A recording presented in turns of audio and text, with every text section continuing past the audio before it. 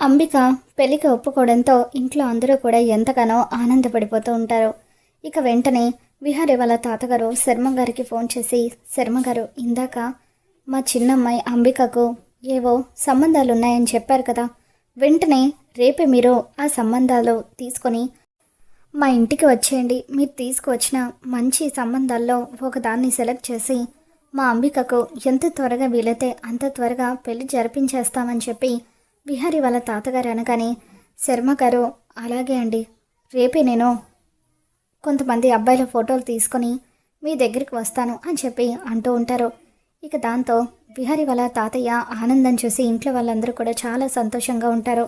అంబిక మొత్తానికి ఈ ఇంట్లో త్వరలో పెళ్లి సందడి మొదలవబోతుంది, చాలా ఆనందంగా ఉంది, నీకంటూ ఒక కొత్త జీవితం మొదలవబోతుంది అని చెప్పి యమున అంటూ ఉంటుంది.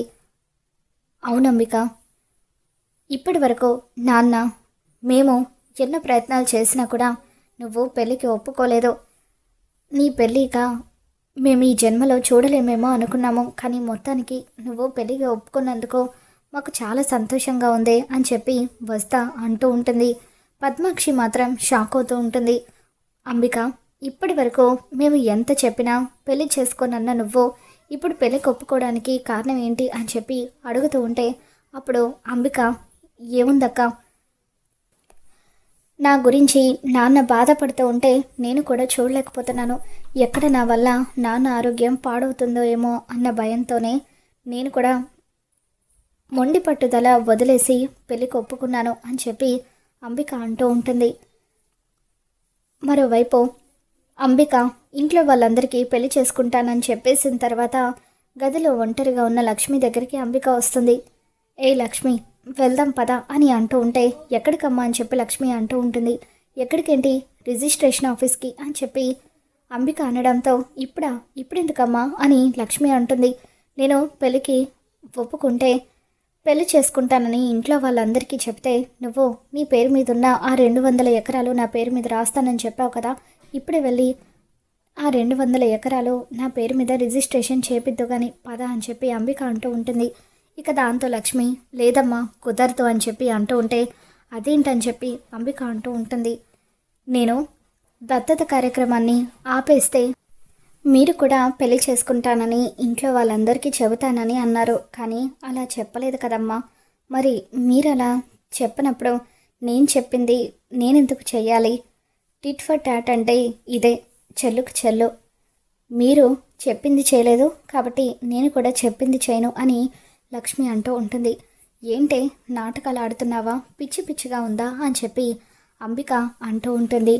నువ్వు కనుక ఇప్పుడు ఆ 200 ఎకరాలు నా పేరు మీద రాయకపోతే ఇప్పటికైనా సరే వెళ్ళి నేను పెళ్లి చేసుకోనని ఇంట్లో వాళ్ళకి చెప్పేస్తాను అని చెప్పి అంబిక అంటూ ఉంటుంది. ఇక దాంతో లక్ష్మి, సరే అమ్మా వెళ్ళి చెప్పండి, ఒకసారి చేసుకుంటానని ఒకసారి పెళ్లి చేసుకోనని మీరు ఇంట్లో వాళ్ళకి చెప్పడం వల్ల ఇంట్లో వాళ్ళంతా కూడా మీ మీద ఉన్న నమ్మకాన్ని కోల్పోతారు, మిమ్మల్ని అస్సలు లెక్క చేయరు, ఈ ఇంట్లో మీకున్న కాస్త విలువ కూడా పడిపోతుంది, వెళ్ళి మీ పరువు మీరే దిగజార్చుకుంటారేమో, చెప్పి చూడండి అని చెప్పి లక్ష్మి అంటూ ఉంటుంది. నా మాట విని మీరు ఈ పెళ్లి చేసుకుంటే కనీసం విహారీ గారు ఇస్తానన్న ఆ స్థానమైనా మిగులుతుంది, లేకపోతే అది కూడా మీరు కోల్పోతారు, మీరే ఆలోచించుకోండి అని చెప్పి లక్ష్మి అక్కడి నుండి వెళ్ళిపోతుంది. ఇక లక్ష్మి మాటలకు అంబిక ఒక్కసారిగా షాక్ అవుతుంది. ఈ లక్ష్మి మామూలుది కాదు, నన్ను నమ్మించి మోసం చేసింది. విహారీ నాకు ఎలాగో మాట ఇచ్చాడు కాబట్టి నేను పెళ్లి చేసుకుంటే ఆఫీస్లో ఆ హెడ్ పొజిషన్ అయినా దక్కుతుంది, ఒక్కసారి కంపెనీ అంతా కూడా నా చేతికి చిక్కితే అప్పుడు ఈ విహారీ సంగతి లక్ష్మి సంగతి చూసుకుంటాను, దీన్ని మెడ పట్టుకొని బయటకు గెంటేస్తాను అని చెప్పి అంబిక, నేను పెళ్లి చేసుకోవాలంటే ఒక బకరగాడు కావాలి, ఆ బకరాని పెళ్లి చేసుకొని ఆఫీస్ అంతా కూడా నా ఆధీనంలోకి తెచ్చుకుంటే అప్పుడు ఆ బకరాగాడిని కూడా ఏదో ఒక విధంగా వదిలించేసుకుంటాను అని చెప్పి అంబిక అనుకుంటుంది. తర్వాత రోజు ఉదయాన్నే శర్మ గారి ఇంటికి వస్తారు. అంబిక కోసం అని చెప్పి కొన్ని పెళ్లి సంబంధాలు తీసుకుని వస్తారు. ఇక అప్పుడు విహారి వాళ్ళ తాతగారు అంబికను పిలిచి, అమ్మ అంబిక, శర్మ గారు నీకోసమే కొన్ని పెళ్లి సంబంధాలు తీసుకువచ్చారు, వాళ్ళలో నీకెవరు నచ్చారో చెప్పమ్మా అని అంటూ ఉంటారు. ఇక దాంతో అంబిక శర్మ గారు తీసుకొచ్చిన అన్ని ఫోటోలు చూస్తూ ఉంటుంది. అందులో ఒక అతను చాలా అమాయకంగా కనిపించడంతో వీడెవడో బాగా అమాయకుడిలాగా ఉన్నాడు, వీడిని పెళ్లి చేసుకుంటాను అని చెప్పి అనుకొని తర్వాత ఏదో ఒక విధంగా వదిలించేసుకోవచ్చు అని చెప్పి అంబిక నాన్న నాకు ఇతను నచ్చాడు అని చెప్పి అంటూ ఉంటే అప్పుడు ఇంట్లో వాళ్ళందరూ షాక్ అవుతారు. చూస్తూ ఉంటే ఇతను పంజాబీ కుర్రాడిలాగా ఉన్నాడు అని అంటూ ఉంటే అవునండి ఇతను పంజాబీ కుర్రాడే, కాకపోతే ఇతని కుటుంబం అంతా కూడా కొన్నేళ్ల క్రితమే ఇక్కడ హైదరాబాద్లో సెటిల్ అయ్యారు. ఇతని తల్లిదండ్రులు చిన్నప్పుడే యాక్సిడెంట్లో చనిపోయారు. ఇతను మాత్రం తన సొంత కాళ్ళ మీద నిలబడాలన్న ఉద్దేశంతో బిజినెస్లు అవి పెట్టి ఎంతో పైకి ఎదిగాడు అని చెప్పి శర్మ గారు చెబుతూ ఉంటారు.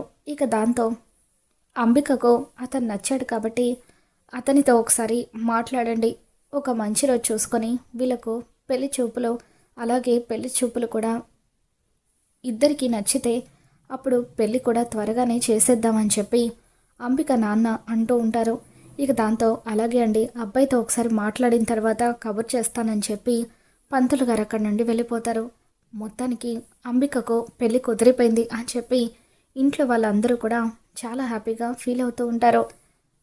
లక్ష్మి విహారీ వాళ్ళ తాతయ్యతో తాతగారు అంబిక అమ్మకు పెళ్ళి ఫిక్స్ అయితే అప్పుడు గుడికి వస్తానని మొక్కుకున్నాను, యమునమ్మ నేను వస్తమ్మా విహారీ గారు, మేమంతా కూడా గుడికి వెళ్తున్నాము, మీరు కూడా వస్తే బాగుంటుంది అంబికమ్మ, మీ పేరు మీదే అభిషేకం చేయించాలనుకుంటున్నాము, మీకంతా మంచి జరగాలని, మీరు మొదలు పెట్టబోతున్న మీ కొత్త జీవితం బాగుండాలని అని చెప్పి లక్ష్మి అంటూ ఉంటుంది.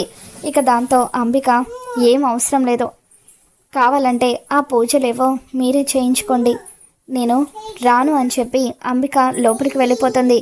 ఇక దాంతో యమున అంబిక గురించి తెలిసిందే కదమ్మా, మనం వెళ్ళి పూజ జరిపిద్దాము, అలాగే ఒకసారి స్వామీజీ గారిని కూడా కలుద్దాము, పెళ్లి తర్వాత అంబిక జీవితం ఎలా ఉంటుందో ఒకసారి స్వామీజీ గారిని అడిగి అంబిక జాతకాన్ని కూడా చూపిద్దామని చెప్పి యమున అంటూ ఉంటుంది.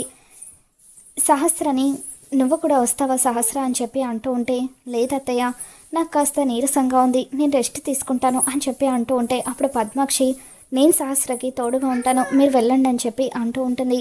ఇక ఆ విధంగా లక్ష్మి వస్తా యమున విహారీ వీళ్ళంతా కూడా గుడికి వెళ్తారు. అక్కడ గుడిలో అంబికకు త్వరలో పెళ్లి చేయబోతున్నామని చెప్పి అంబిక జాతకాన్ని పరిశీలించమని స్వామీజీకి యమున చెప్పడంతో స్వామీజీ యమున జాతకాన్ని పరిశీలిస్తూ ఉంటారు. ఇక సడన్గా గుడిలో లక్ష్మికి కళ్ళు తిరుగుతూ ఉంటాయి. లక్ష్మి కళ్ళు తిరిగి పడిపోవడంతో అందరూ కూడా ఎంతగానో కంగారు పడిపోతూ ఉంటారు. ఆ గుడికి వచ్చిన ఒక ఆవిడ డాక్టర్ కావడంతో ఆవిడ లక్ష్మిని పరీక్షిస్తుంది. లక్ష్మిని పరీక్షించాక తను ప్రెగ్నెంట్ అన్న విషయం ఆ డాక్టర్కి అర్థమయ్యి ఈ అమ్మాయి ఇప్పుడు ప్రెగ్నెంట్ అండి, తనకు 2వ నెల, అందుకే ఇలా జరిగిందని చెప్పి డాక్టర్ అంటూ ఉంటారు. ఇక దాంతో యమున వస్తా విహారీ వీళ్ళంతా ఒక్కసారిగా షాక్ అవుతూ ఉంటారు. లక్ష్మి ప్రెగ్నెంట్ అవ్వడం ఏంటి అని చెప్పి విహారీ కూడా ఆలోచిస్తూ ఉంటాడు. ఇక తర్వాత స్వామీజీ అంబిక జాతకం కంటే ముందుగా విహారీ జాతకాన్ని నేను పరిశీలించాను, విహారీకి త్వరలో బిడ్డ పుట్టబోతున్నాడు, లక్ష్మి ఇంటికి వారసుని ఇవ్వబోతుంది, లక్ష్మి కడుపులో పెరుగుతుంది, విహారీ బిడ్డే అని చెప్పి స్వామీజీ చెప్పడంతో ఇక అప్పుడు వస్తా యమున ఇద్దరు కూడా షాక్ అవుతూ ఉంటే విహారీ కూడా స్వామీజీ మాటలకు షాక్ అవుతూ ఉంటారు. లక్ష్మి కడుపులో పెరుగుతుంది, ఒక్క వారసుడు కాదు, 2, తన కడుపులో ఇప్పుడు కవలలున్నారు, లక్ష్మిని తన కడుపులో ఉన్న పిల్లల్ని మీరు ప్రతి క్షణం కూడా జాగ్రత్తగా చూసుకోవాలి, ఒక్కసారి తనకు పిల్లలు పుట్టారంటే లక్ష్మికి విహారీకున్న కష్టాలన్నీ కూడా తొలగిపోతాయని చెప్పి స్వామీజీ యమునకి చెబుతూ ఉంటారు. ఇక దాంతో విహారీతో పాటు యమున వస్తా వీళ్ళంతా కూడా అయోమయంలో పడతారు. కొద్దిసేపటికి లక్ష్మి స్పృహలోకి వస్తుంది. ఏం జరిగింది, నేను ఎందుకు కళ్ళు తిరిగి పడిపోయానని చెప్పి అంటూ ఉంటే అప్పుడు యమున నువ్వు ప్రెగ్నెంట్వి లక్ష్మి, నీకు ఇప్పుడు 2వ నెల అని డాక్టర్ చెప్పారు అని అంటూ ఉంటే లక్ష్మి కూడా షాక్ అవుతూ ఉంటుంది. అసలు నేను ప్రెగ్నెంట్ అవ్వడం ఏంటి అని చెప్పి లక్ష్మి షాక్ అవుతూ ఆ రోజు గుడిలో మంజుల ఖచ్చితంగా నీ జీవితాన్ని నేను బాగు చేస్తాను లక్ష్మి. నీకు త్వరలో పిల్లలు పుడితే అయినా విహారీ నువ్వు ఇద్దరు కూడా ఒకటవుతారు. నీకు పిల్లలు పుట్టేలాగా నేను చేస్తానంటూ తనతో చెప్పిన విషయాన్ని లక్ష్మి గుర్తు చేసుకొని అర్జెంటుగా మంజుల అక్కను కలవాలంటూ విహారీని తీసుకొని లక్ష్మి మంజుల దగ్గరికి వెళ్తుంది. ఇక అక్కడ అక్క ఆ రోజు హాస్పిటల్లో నాకు పిల్లలు పుట్టేలాగా చేస్తానని అన్నావు.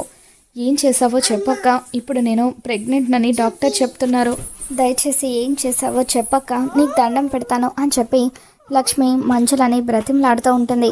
ఇక దాంతో మంజుల డాక్టర్ సహస్ర చేసిన కుట్ర గురించి మొత్తం కూడా లక్ష్మి విహారీల ముందు బయట పెట్టి లక్ష్మి కడుపులో పెరుగుతుంది విహారీ వారసుడే అన్న నిజాన్ని కూడా మంజుల డాక్టర్ బయట పెట్టేస్తారు. మరి రాబోతున్న ఎపిసోడ్లో ఏం జరగబోతుందో మళ్ళీ మన ఛానల్లో తెలుసుకుందాం. ఈ వీడియో మీకు నచ్చినట్లయితే తప్పకుండా లైక్ చేయండి.